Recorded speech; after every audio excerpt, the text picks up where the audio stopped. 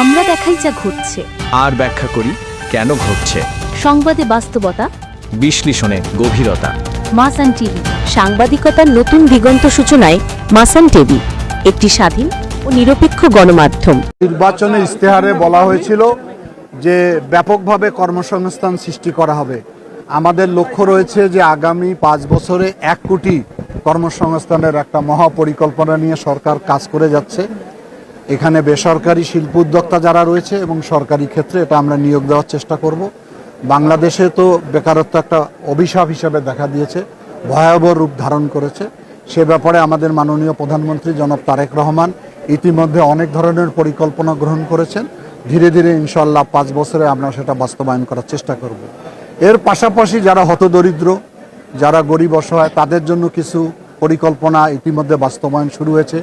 কর্মসূচি আপনারা জানেন, ফ্যামিলি কার্ড, কৃষক কার্ড, তারপরে আমাদের কৃষকের ঋণ মৌকুব করা এবং বিভিন্ন হতদরিদ্র মানুষের কর্মসংস্থান সৃষ্টি করার জন্য যে খাল আমরা কাটতেছি, সেখানেও গরিব অসহায়রা কাজ করতেছে।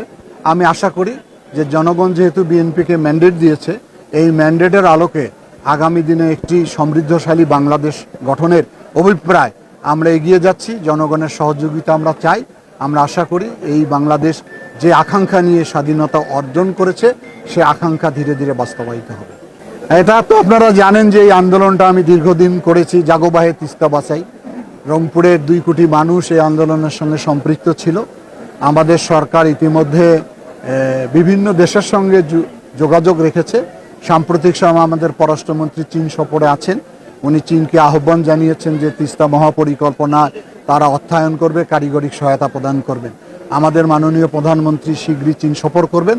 আমি অত্যন্ত আশাবাদী যে জনগণের এই দাবির প্রতি জনগণ কর্তৃক নির্বাচিত সরকার অতি অল্প সময়ে কাজ শুরু করবেন।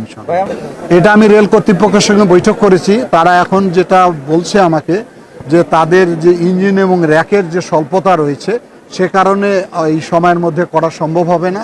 তবে রেলমন্ত্রীর সঙ্গে আমি যোগাযোগ করেছি, কিছুদিনের মধ্যে আমাদের কিছু যেটাকে বগি বলা হয়, ইঞ্জিন বলা হয়, এটা আসলে এটা বিবেচনা করা হবে। আপনারা তো জানেন যে আমাদের মাননীয় প্রধানমন্ত্রী একটি যুগান্তকারী কর্মসূচি ঘোষণা করেছে। সেটি হলো যে নতুন করি স্পোর্টস।